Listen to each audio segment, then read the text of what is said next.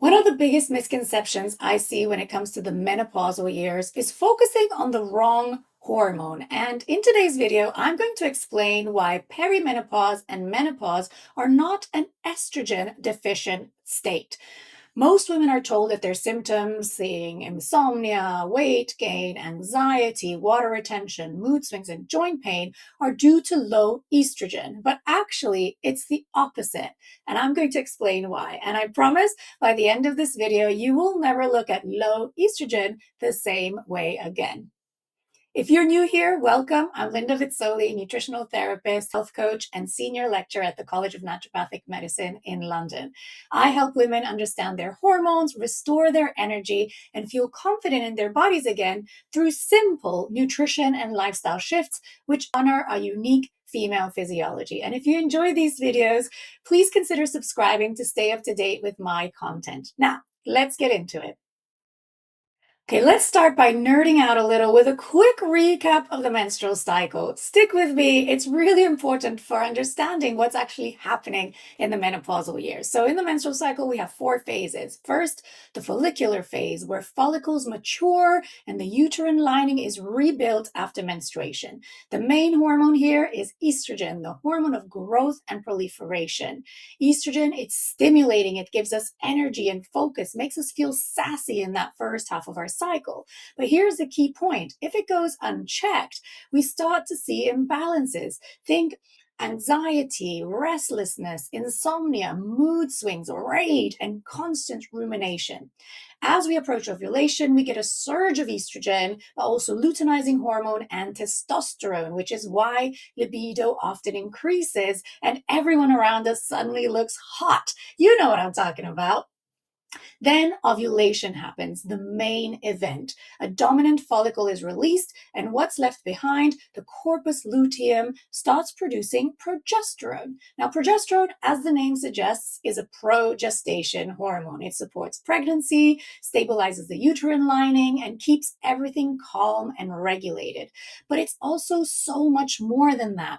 Progesterone is calming, anti-inflammatory, pro-thyroid, blood sugar stabilizing, sedating. It's basically your nervous system, you are safe signal.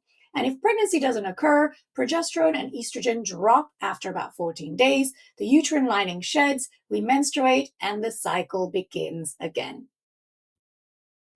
So what changes in our late 30s and 40s? Here's where it gets important. In our premenopausal years, we start having more anovulatory cycles. That means that we may not ovulate every single cycle. And if we don't ovulate, we don't make progesterone. That means that we shift into what is often described as an estrogen dominant state. And I want to be really clear here. It is not necessarily high estrogen. It is low progesterone in relation to estrogen. And that difference changes everything because without progesterone to balance it, estrogen can often feel more disruptive. Think of estrogen as like the naughty sister that needs to be kept in check by her wiser, older sister, progesterone. During these years, estrogen can fluctuate wildly, and it is often unopposed by progesterone.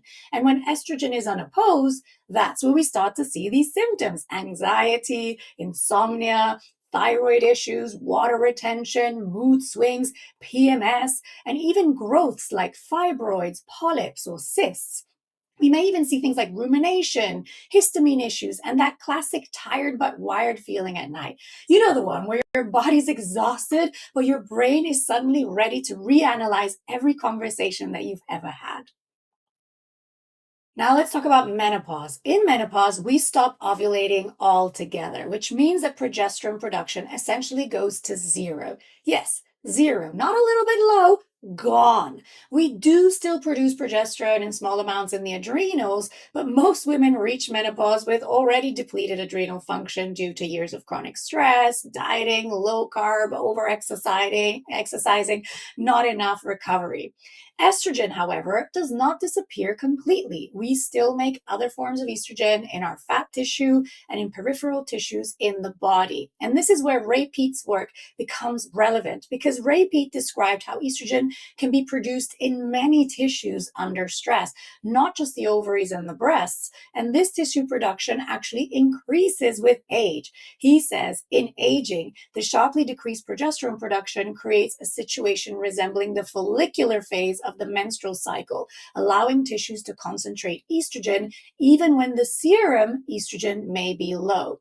On top of that, we have xenoestrogens in our environment, which further increase that estrogen load. So yes, estrogen is lower in menopause than in our reproductive years, but progesterone is even lower. And that is the key point. It is always about the ratio between the two hormones. You cannot interpret one without the other. Yet many women are told that their estrogen is low based on blood tests where progesterone was never even measured, which is honestly like checking the weather by only looking at half the sky. And even other more functional tests can still struggle to get a full picture of estrogen that is being produced in the tissues because we're looking at things like saliva or metabolites in urine. But there's another layer here. Progesterone is closely tied to our stress physiology. It's part of our steroid hormone pathway and gets drawn down under chronic stress. So years of overtraining, undereating, low-carb dieting, high-stress lifestyles, not resting enough, not setting boundaries can quietly deplete progesterone over time. And the body often does try to communicate this earlier on through things like PMS symptoms, fertility challenges, cycle changes. But in our 40s, where these protective hormones naturally decline, everything becomes more obvious. So this is not something new that has suddenly appeared in your perimenopause years, as you may think. It is just no longer buffered by our protective hormones. And this can be one of the reasons why HRT, whilst it can improve some symptoms, is often not that magic solution that we're hoping for. More of that in another video. So what can we actually do about it? Well, first of all, we stop looking at this as a single hormone problem. We zoom out, we look at the ratio of the two hormones, but also the pattern and the system. We start to support stress. We eat enough consistently. We stabilize our blood sugar. We prioritize sleep, reduce over-exercising, especially in an underfueled body, and we rebuild safety in the system physically and emotionally, because your body is not malfunctioning. It's simply adapting and revealing a system that has been struggling for a while. Now, if you'd like to go deeper into this work, I also have an online self-led program with group coaching, the Midlife Reset, designed to guide you step by step. It's my flagship program built from more than a decade of clinical experience working with hundreds of women alongside my teaching work at the College of Naturopathic Medicine. I'll pop some information in the description below. So let me know in the comments.